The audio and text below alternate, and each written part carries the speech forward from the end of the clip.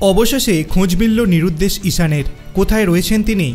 দক্ষিণ আফ্রিকা সফরের পর থেকে খোঁজ পাওয়া যাচ্ছিল না ঈশান কিষানের। তিনি কোথায় জানতেন না ভারতীয় ক্রিকেট বোর্ডের কর্তারা, জানতেন না তার রাজ্য ঝাড়খণ্ডের ক্রিকেট কর্তারাও। অবশেষে খোঁজ পাওয়া গেল তরুণ উইকেটরক্ষক ব্যাটারের। সূত্রের খবর, ঈশান রয়েছেন বড়োদায়। সেখানে হার্দিক পান্ডিয়া এবং কুনাল পান্ডিয়ার সঙ্গে অনুশীলন করছেন তিনি। নিজেকে ম্যাচে ফিট করে তোলার চেষ্টা করছেন দীর্ঘদিন ক্রিকেট থেকে দূরে সরে থাকা ক্রিকেটার। আপাতত মূলত ফিটনেস ট্রেনিং করছেন ঈশান। অল্প ব্যাটিং অনুশীলনও করছেন। পান্ডিয়া ভাইয়েদের পরামর্শ মতো অনুশীলন করতে শুরু করেছেন ঈশান। বড়োদা রিলায়েন্স স্টেডিয়ামে তাকে হার্দিক কুনালের সঙ্গে অনুশীলন করতে দেখা গিয়েছে। তবে ঈশান কবে প্রতিযোগিতামূলক ক্রিকেটে ফিরবেন তা জানা যায়নি। গত 28শে নভেম্বর অস্ট্রেলিয়ার বিরুদ্ধে টি-20 ম্যাচে শেষ দেশের হয়ে খেলেছিলেন তিনি।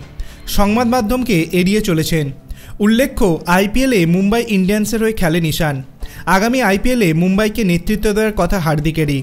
দক্ষিণ আফ্রিকা থেকে ব্যক্তিগত সমস্যার কারণে ফিরে আসা তরুণ ক্রিকেটারের খোঁজ নেই তারপর থেকেই।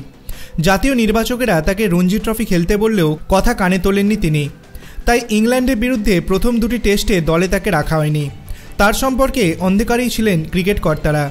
কয়েকদিন আগে ভারতীয় দলের কোচ রাহুল দ্রাবিড় বলেছিলেন, ঈশান আমাদের কাছে বিরতি চেয়েছিল, আমরা খুশি মনে ওকে বিরতি দিয়েছিলাম। যখন ও খেলার জন্য প্রস্তুত হবে তখনই ফিরবে। আমি বলছি না ওকে ঘরোয়া ক্রিকেট খেলেই ফিরতে হবে, বলতে চাইছি নিজেকে তৈরি করতে পারলে ওকে কিছু ক্রিকেট খেলতে হবে, তারপরই ও ফিরে আসতে পারবে। ওকেই পছন্দ করতে হবে। আমরা ওকে কোনো কিছুর জন্য বাধ্য করতে চাইছি না। আমাদের সঙ্গে ওর যোগাযোগ রয়েছে। আপনার কি মনে হয়, তৃতীয় টেস্টে কি ঈশান কিষানকে দেখা যাবে? আপনার অভিমত আপনি কমেন্ট সেকশনে জানাতে পারেন।